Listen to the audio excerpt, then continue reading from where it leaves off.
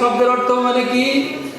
যেসব শাস্ত্রে বলেছেন দিব্য জ্ঞানের যত দর্দত কুর্জাত পাপস্য সংক্ষয়ম, দিব্য জ্ঞান দান করে পাপ নষ্ট করে, তার নাম দীক্ষা। দীক্ষা মানে দায়িত্ব নেওয়া।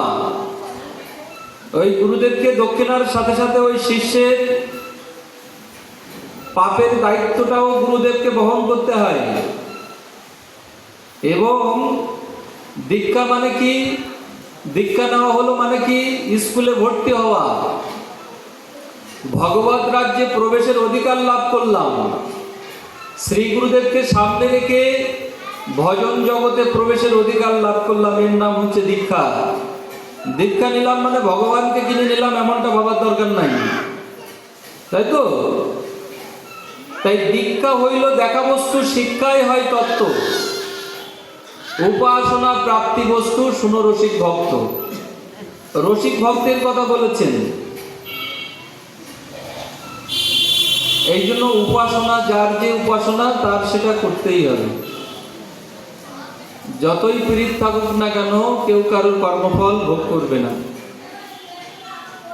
এই জন্য আমাদের শাস্ত্রে বলেছে আদৌ শ্রদ্ধা তত সাধুসঙ্গ অত ভজন ক্রিয়া।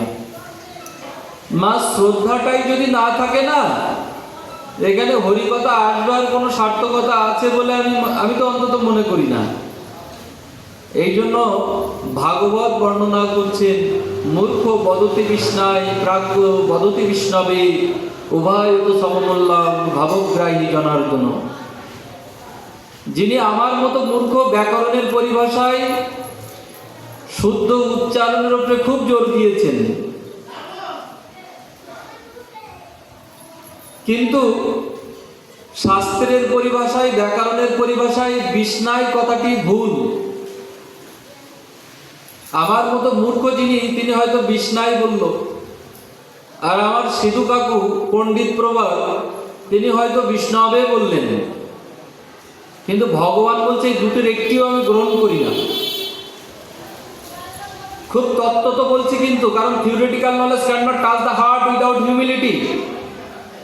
তাত্ত্বিক জ্ঞান বিনয় ছাড়া কিন্তু হৃদয় স্পর্শ করে না।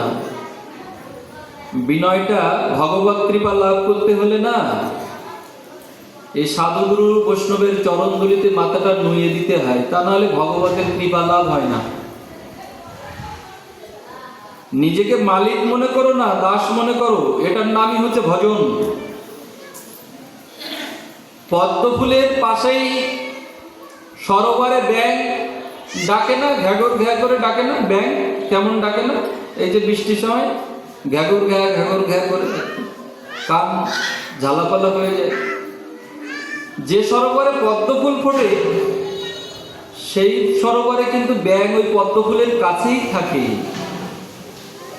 কিন্তু মৌমাছি অনেক দূরে থাকে।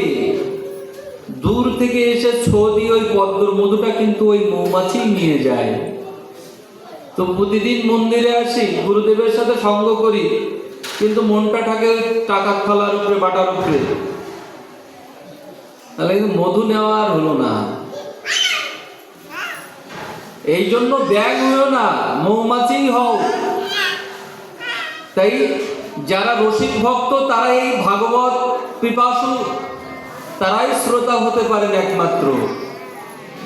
তাই অহংকারকে ছোড় গিয়া, একমাত্র অহংকারকে ছুঁড়ে ফেলে যারা সাধুগুরু বৈষ্ণবের চরণে মাথাটা নুয়ে দিতে পেরেছে না, জানবেই তার মনুষ্য জন্মই শ্রেষ্ঠ।